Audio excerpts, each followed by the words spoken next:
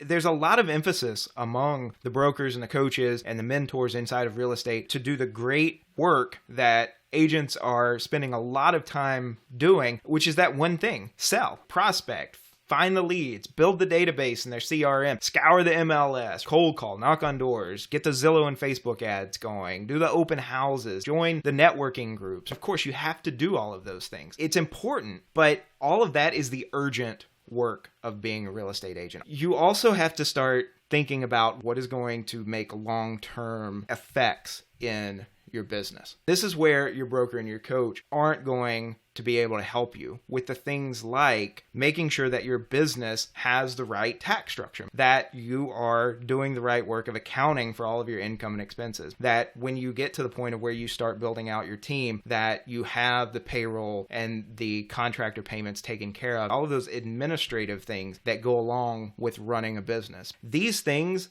don't seem important in the moment because they're not urgent. It's not the tax deadline yet. Your accountant isn't asking you for your tax documents because it's not April 15th yet. But just because they're not urgent doesn't mean they aren't important. As an owner, you have to be thinking about what are the important things that I need to take care of in order to make sure this business is sustainable. If you put a little bit of time into that important stuff now, then it's going to be a lot less stressful and probably a lot less expensive